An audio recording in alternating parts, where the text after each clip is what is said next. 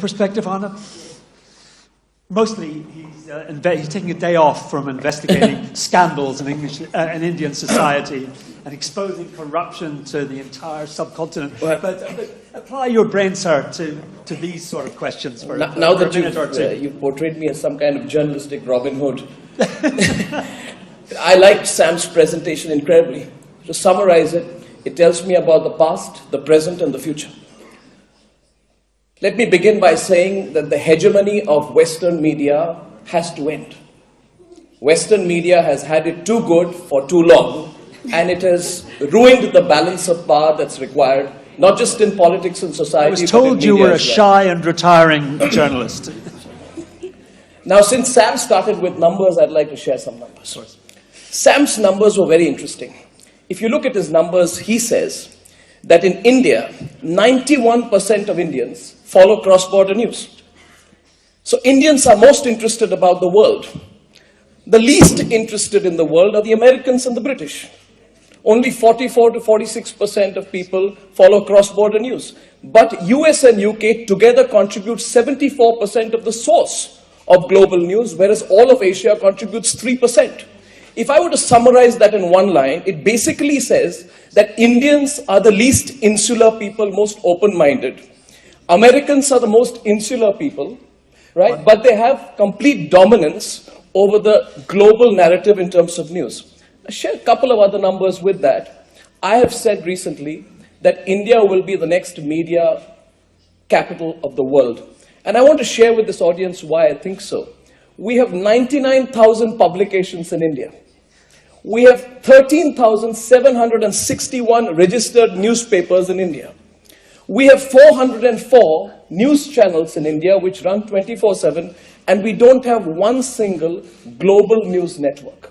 Now, if I look at Sam's figures and the figures that I'm presenting to you, and begin with an assumption, and I'll wrap up, begin with an assumption that there is a problem in the world in terms of balance.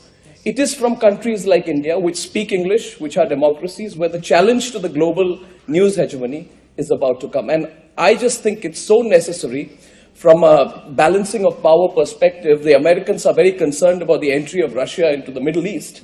They are more concerned that they are going to lose their balance rather than establishing a new balance. Similarly, in the world of media as well, the time has come to provide a serious counter to global media sources like BBC and CNN, which have been hegemonistic for far too long.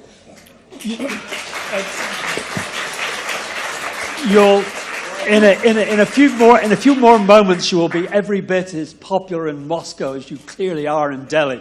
But you use big words like hegemony. Right, here's your manifesto. This moment, this day, what are you going to do about it? What are you going to do about it?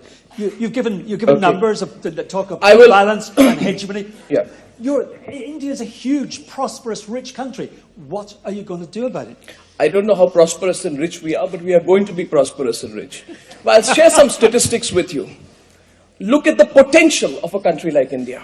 Today we have 100 million mobile phones in India. 3 years from now, we'll have 500 million mobile phones in India. With respect, that was not my question. Okay. You say the gap is in India's international reach, yes, and the insularity of the UK and the US. What are you, as an Indian media executive, going to do to redress the international balance, if at all? The first thing that I would do would be to remind the Americans of what they have done in the last 20 years in the world. As the Chinese Premier Zhou Enlai said about the Americans, one of the delightful things about Americans is they have absolutely no historical memory. They don't remember. Or Gore Vidal said that the USA is the United States of amnesia. The fact of the matter is that you must remember today, and I'll only ask one question to this audience. It is 12 years to the day that a theory of the weapons of mass destruction was fed. And, if I may say so, amplified by the Western media.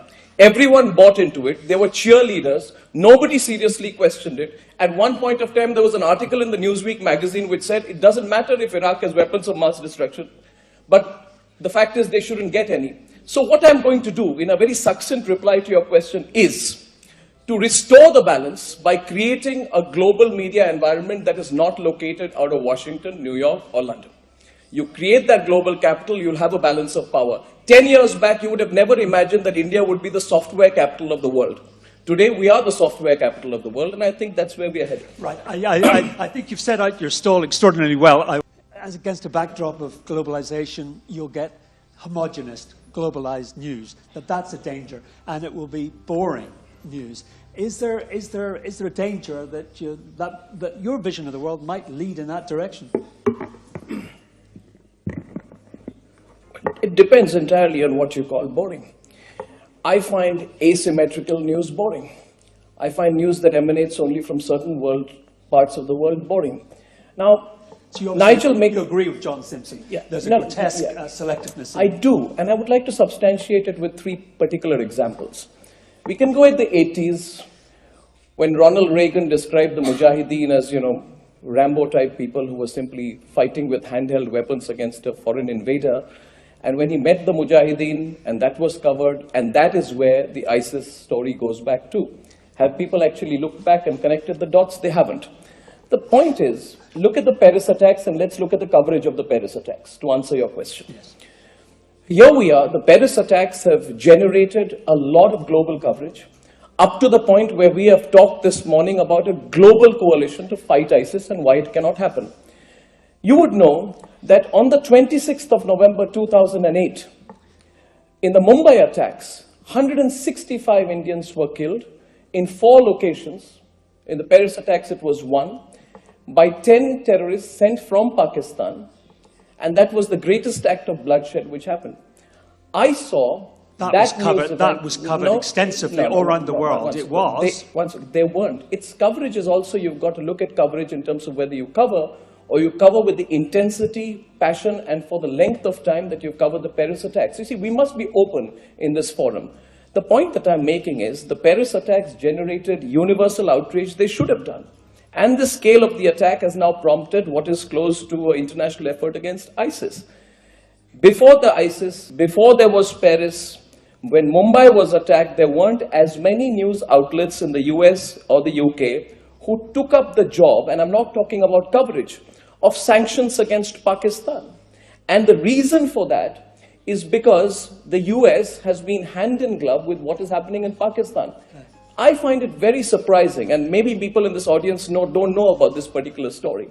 If I were to tell you that the person who carried out the surveillance was one of the masterminds of the attacks in Mumbai, was an American citizen by the name of David Coleman Headley, who was not just an American citizen, he was an FBI double agent. An FBI double agent was the mastermind of the Mumbai attacks. He went over to the dark side, and he was a double agent for both the Lashkar-e-Toiba as well as... Just a minute. No. Allow me to complete my point. I will let you complete your point, but I want just to put in that we cannot deal with in great detail with historic conspiracy theories on this platform. No, it's not a conspiracy theory. It's a very relevant point. I find it very surprising that only one American investigative journalistic portal called ProPublica did the story of David Coleman Headley. And the reason I'm highlighting it is, please consider, if today it was proven that there was a similar person responsible for the Paris attacks, what kind of coverage would that have got, as opposed to the coverage that this story got? Now, we can say, how many American news outlets and British outlets have said, how can you get into a plea bargain with this particular individual? The point I'm making is one simple point. There is, I wouldn't say bias or prejudice, but there has been an asymmetry which perhaps, and I would give the benefit of doubt, stems from the locational prejudices that come in, that when things happen, when they are closer to you, you report it in greater depth. When they happen away from you, you do report it, but not with the same intensity and passion. And I think that is one of the reasons today we need a balance of powers in the media world. Are we not confusing two things? Domestic news services and international news services represented here today. Surely the asymmetry is not the same. There's a problem with domestic news services, I agree, but that is not what we're here to discuss today. I'm talking about, to clarify, I am talking about global news sources. I'm not talking about CNN domestic or BBC domestic. Okay. I'm talking about their global coverage, and I find a gap between the way they covered Mumbai and the way they covered Paris. Okay.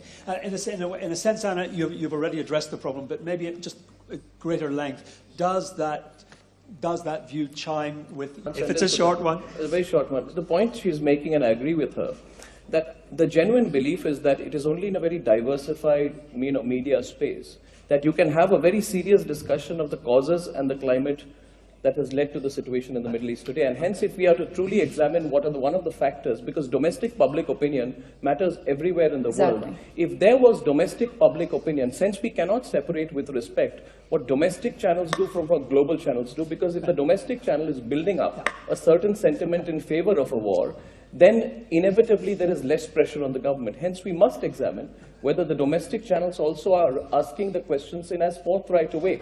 And if they don't, then one alternative is for channels like Russia today. Other channels emerging from elsewhere in the world to broadcast right into the USA, so that people there get a different perspective. That's exactly what we're doing, and if you let me continue,